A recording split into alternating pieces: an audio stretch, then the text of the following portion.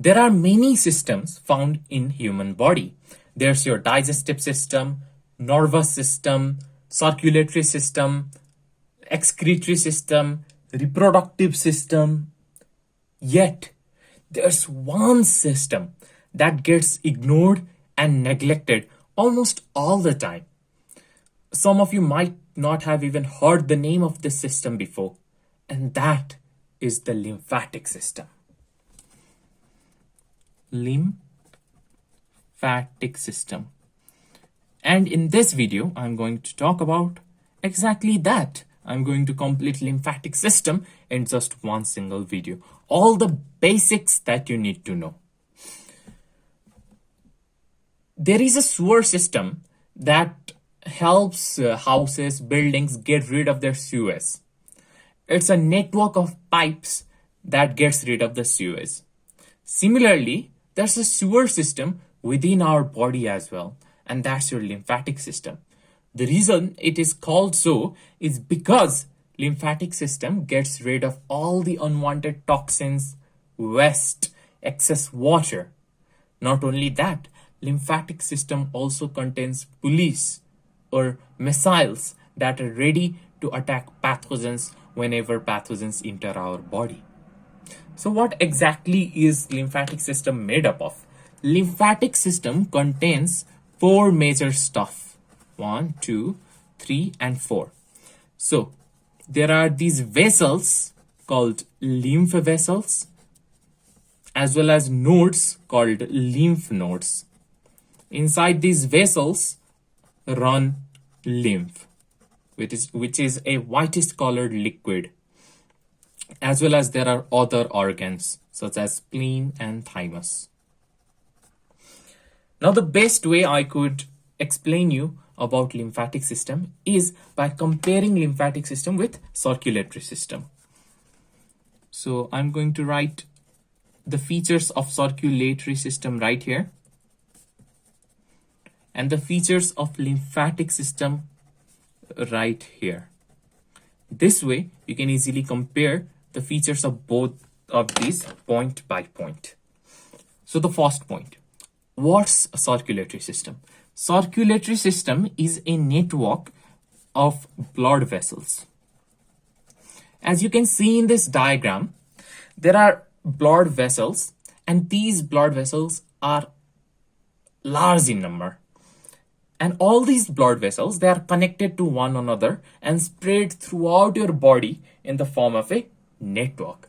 And the network of this blood vessels, along with the necessary organs, is your circulatory system. Similar to that, in lymphatic system, there's a network of lymph vessels.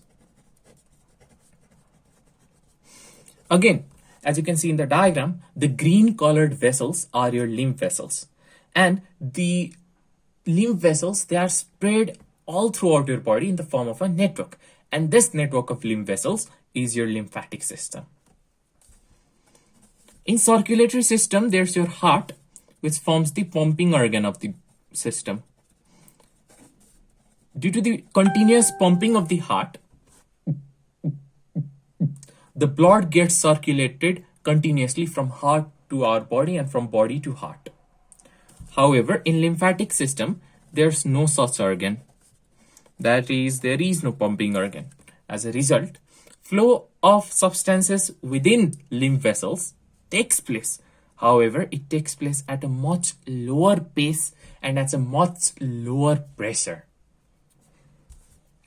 What flows inside blood vessels is your blood. And blood is the red vascular tissue. It's a vascular tissue because it is found inside vessels called blood vessels. And it's red in color due to the presence of hemoglobin. Similarly, what runs inside lymph vessels is the lymph, which is your white vascular tissue. It's a vascular tissue because it is found inside vessels called lymph vessels, and it's white due to the absence of pigments such as hemoglobin. Similarly, the blood vessels are arteries and veins. Arteries carry blood away from the heart. That is, the blood that is pumped by your heart gets carried through the arteries towards your body. Since the blood is pumped by your heart, the blood exerts a really high pressure on the walls of the arteries. So there's your artery, which is the blood vessel. Here's your heart. The heart pumps the blood. After pumping the blood, this pumped blood flows through the artery. Since the blood has been pumped, it flows at a much higher pressure. That is, the blood exerts a high pressure on the walls of the arteries. So there's high pressure inside artery. And due to this high pressure, valves are not required, since there's no chance of backflow of blood. However, inside veins, blood flows at a much lower pressure. Since veins, they carry blood from your body towards your heart. And since the blood is flowing at a much lower pressure, valves are required. Since there's a possibility that the blood might backflow. What do I mean by that? Suppose there's a pipe through which blood is flowing. This pipe is your vein. From the body, the blood gets collected, suppose from the legs. Here's your leg. Here's the pipe that takes blood from the leg to the heart. The blood starts flowing from the leg. Okay. So this blood that is flowing through the pipe has the capability to come back or flow back. For this particular event to not take place, there are valves present throughout the pipe, which closes as soon as the blood flows from this compartment to this compartment. If you are still confused, this is a topic under circulatory system, so they are going to be repeated again. Here, there are lymph vessels, and inside lymph vessels, lymph flows with a much lower pressure, since there's no pumping organ. Since it's flowing with a much lower pressure, valves are required. So obviously there's the presence of valves. Next, blood.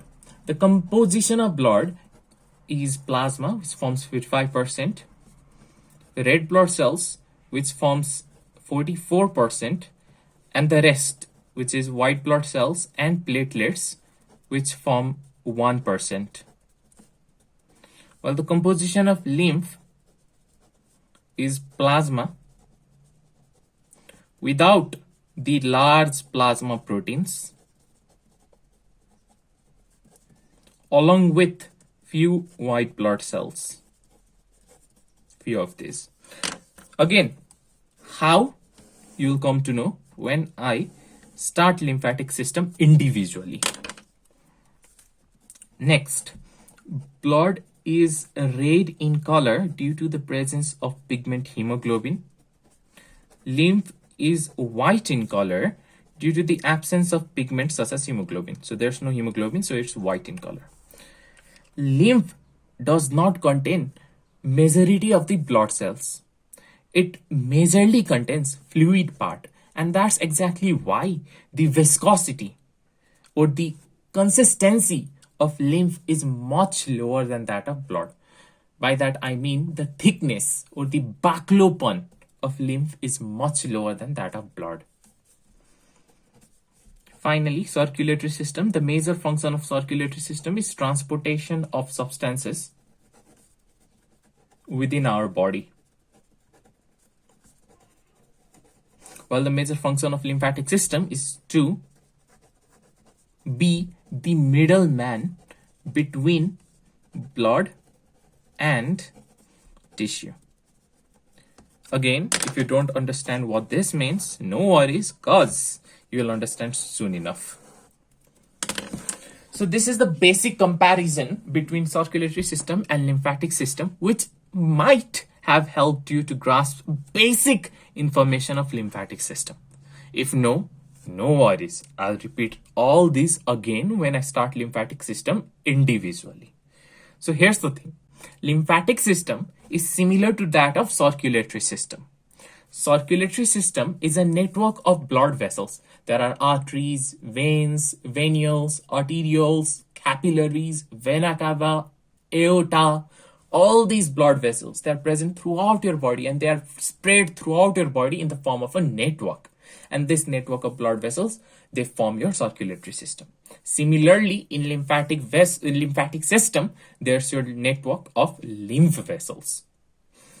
Heart is the pumping organ that pumps the blood continuously in your circulatory system, while there's no such pumping organ which is found in lymphatic system. And that's exactly why lymph that flows inside lymph vessels flow at a much lower pace or at a much lower pressure. Blood is the red vascular tissue, while your lymph which flows inside lymph vessels is white vascular tissue. The blood vessels, arteries and veins. Inside arteries, blood flow at a much higher pressure. That's why no valves are required. However, inside veins, blood flow at a much lower pressure, and that's why valves are required. Inside lymph vessels, lymph flows at a much lower pressure because there's no pumping organ. So obviously lymph is flowing continuously but quite slowly. So there's a high risk of backflow of lymph or the accumulation of lymph. For that to not take place, valves are present. A lot of valves are present. Blood is composed of 55% plasma and 45% formed elements, out of which 44% is red blood cells and the remaining 1% is white blood cells and platelets. Lymph is composed of plasma without the large proteins found inside plasma, but with few white blood cells like lymphocytes, monocytes, neutrophils. Blood is red in color due to the presence of hemoglobin. Lymph is white in color due to the absence of hemoglobin. Since blood contains a lot of cells, while lymph rarely contains any cells, the consistency or the viscosity of lymph is much lower than that of blood. The major function of circulatory system is to transport substances within body from one place to another. For example, your thyroid gland produces thyroxine, and that thyroxine needs to be transported from place A to place B, and that is done by your circulatory system. While the lymphatic system acts as the middleman between blood and tissue. That is, it is present between blood and tissue. How and why, which you'll come to know soon enough. Let's talk about lymph now. The same way blood is present inside blood vessels, lymph is present inside lymph vessels. We are going to talk about number 1, the formation of lymph, number 2, the composition of lymph, number 3, the circulation of lymph, and number 4, the roles of lymph. So let's begin. All right. So right here is this right here is an artery. Artery divides and redivides into arterioles. These arterioles, they become venules, and these venules finally combine. These venules combine to form a vein. This bunch right here, which contains the combination of arterioles and venules, is known as a capillary. Since the wall of the capillary is thin, exchange of stuff can take place through it. So, through the thin wall of the capillary, white blood cells, WBCs, and plasma comes out. So, white blood cells plus plasma comes out through the thin wall of the capillary. But plasma without plasma proteins, not just any plasma proteins, the plasma proteins which are large in size. Since these particular plasma proteins are quite large in size, they can't penetrate even through the thin wall of the capillary. The composition of lymph is exactly this.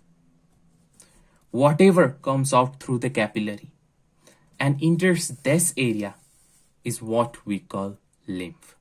And it's composed of white blood cells, plasma, but plasma without the large plasma proteins. The process by which white blood cells squeeze out through the thin wall of the capillary is known as diapedesis.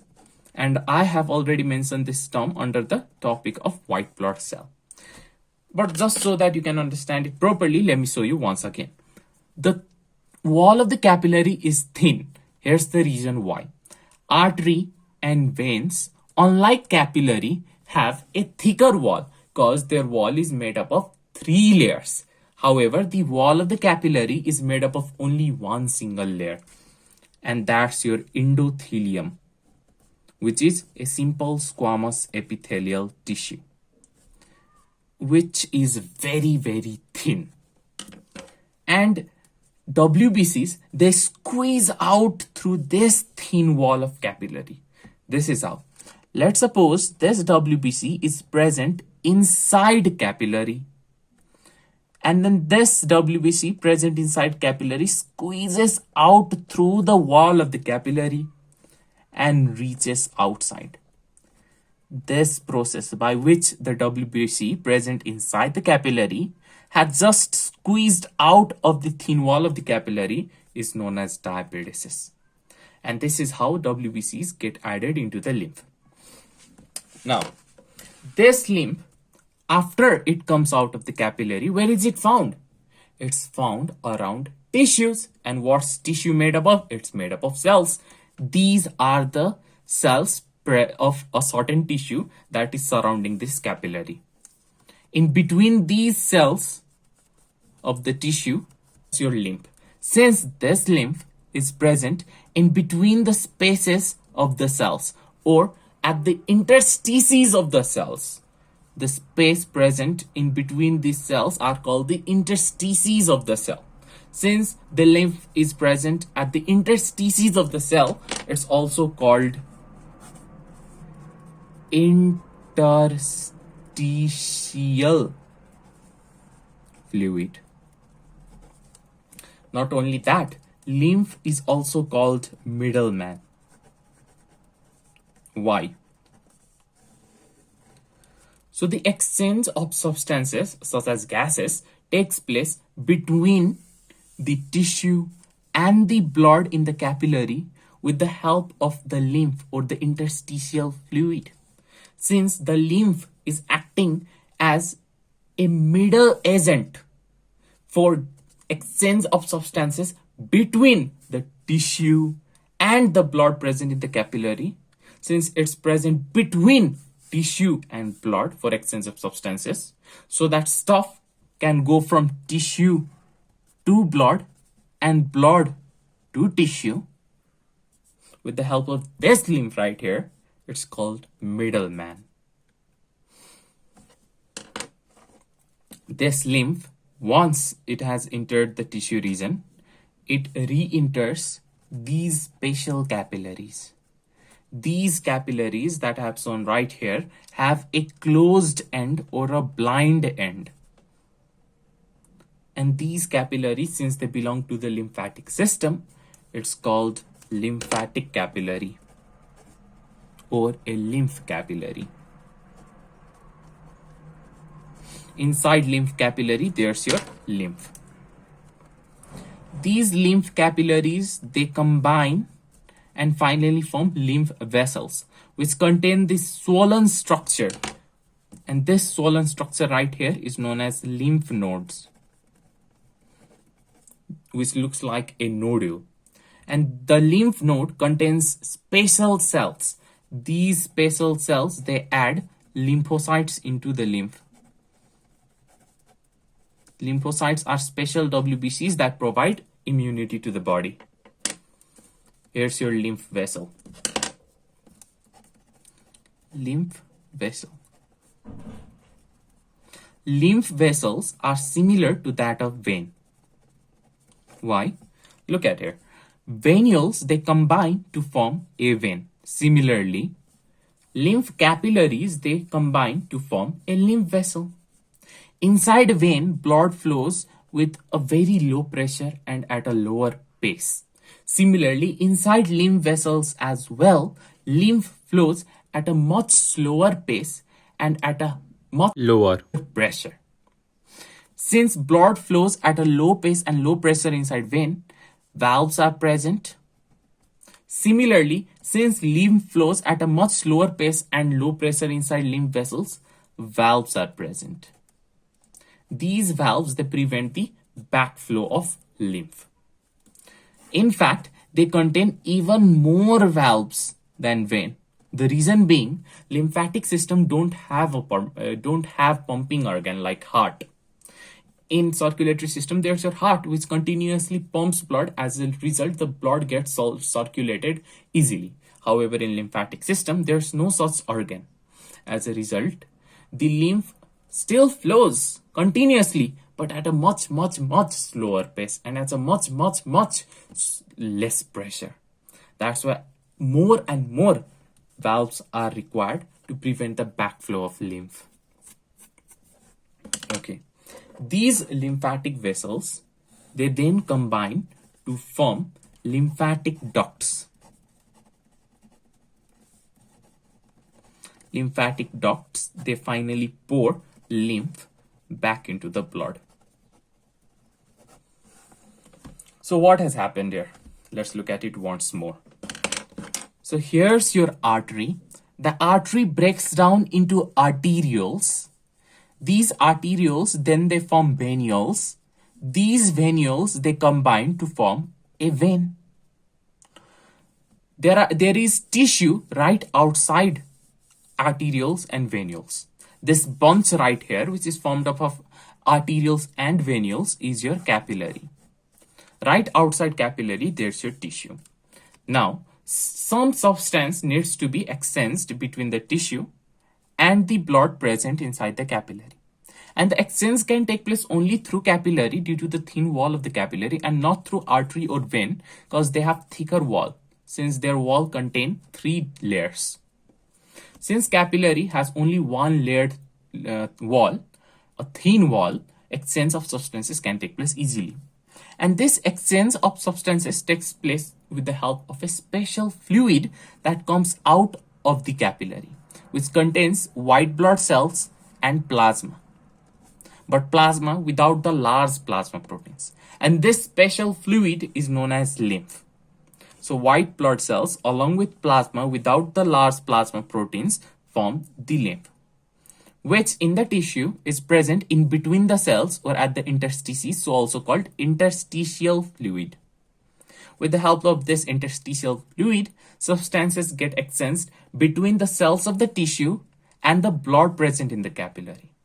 Since this particular fluid is acting as a middle agent between the tissue and the blood for the exchange of substances, it's also known as the middleman. This lymph don't just stay here. It gets into a special capillary which is other than the blood capillary. And this special capillary is a part of lymphatic system, so also called lymph capillary. Inside lymph capillary, lymph passes through various pipes. These lymph capillaries, they combine to form lymph vessels. At its path, there are numerous nodule-like structures called lymph node, which contain special cells that add lymphocytes into the lymph. Lymphocytes, they are special WBCs that provide immunity to human body. Lymph vessels are similar to veins because just like veins, inside lymph vessel, the fluid, they flow at a much lower pace and at a much lower pressure. As a result, they require more valves to prevent backflow of lymph. Lymph vessels, they combine to form lymphatic ducts, and these lymphatic ducts pour lymph back into the blood. And through the blood, it circulates again to reach this capillary again, and the cycle continues. What are the roles of lymph anyway? These are the roles of lymph. First role. Here's the villi. What's a villi? Villi are finger-like structures that are present on the inner wall of the small intestine. The purpose of villi is to increase the surface area of the inner wall of the small intestine so that more and more absorption can take place. So it's through villi absorption of digested food takes place. Digestion of fat. After the digestion of fat, the absorption of fat takes place through villi. However, the fat does not enter the blood capillary that is present inside villi. Instead, it enters this lymph capillary, and this lymph capillary is known as lacteal. So lacteal is nothing but a lymph capillary which is responsible for the absorption of fat. Another role, it plays the role of a middleman. That means if exchange of substances has to take place between tissue and blood, then it takes place through the fluid that is present in between the tissue and the blood, and that's your lymph. And finally, it provides immunity because it contains white blood cells. So I mentioned 3 different roles of lymph. Role number 1 is that it helps in the absorption of fats. Inside villi, there are lacteals, which are nothing but lymph capillaries. And it's the lacteal where the fats enters during absorption. Role number 2 is that lymph acts as a middleman. That is, it mediates the exchange of substances between tissue and blood. And finally, role number 3 is that it provides immunity. And that's exactly what we are going to see now. How exactly does lymph provide immunity? And there are 2 ways. First way is that throughout your body, at different places, there are lymphatic tissues such as Peyer's patches, tonsils. You'll come to know about these various lymphatic tissues under the topic of digestive system. These lymphatic tissues, they produce lymphocytes, and these lymphocytes help to kill bacteria or pathogens. That's one way. And the other way is with the help of checkpoints. What do I mean by checkpoints? Okay, so throughout your lymphatic system, at various places, especially your neck region, your groin region, there are checkpoints called lymph nodes. So these lymph nodes are checkpoints present throughout the lymphatic system. These checkpoints are in the form of a node or a nodule or a swollen structure. What do these checkpoints do? These checkpoints check for pathogens that are present inside the lymph that flows through the lymph vessels. Let's suppose this right here is a lymph vessel. Through this lymph vessel, lymph is flowing. And this lymph contains various stuff. There is fluid, there is cell, then there are unwanted substances as well as bacteria. The police that is present inside the checkpoint allows the good stuff, that is fluid, good cells, to pass through the lymph node. But as soon as this police detects a bacteria or a pathogen enter the lymph node, as soon as it detects the bacteria, a signal goes off. And due to this signal, the killing cells or the lymphocytes, they assemble like the Avengers, and they vow to do one thing, and that is to destroy this pathogen right here. Since a lot of cells come together at a very narrow space for the function of killing the pathogen, this narrow space or the lymph node swells up. And after the problem has been taken care of, or after the pathogen has been neutralized, or after the bacteria has been killed, after the problem had been sought out, the lymph node that has swollen comes back to its normal condition. And this is how lymph nodes, they act as checkpoints, by allowing good things to pass through it, but bad things to get destroyed within it with the help of lymphocyte cells. So that's it for lymphatic system. If you want to know more about the condition of swollen lymph node in patients, especially at the neck region or groin region, I highly recommend you to watch my YouTube short that I have linked in the comments down below.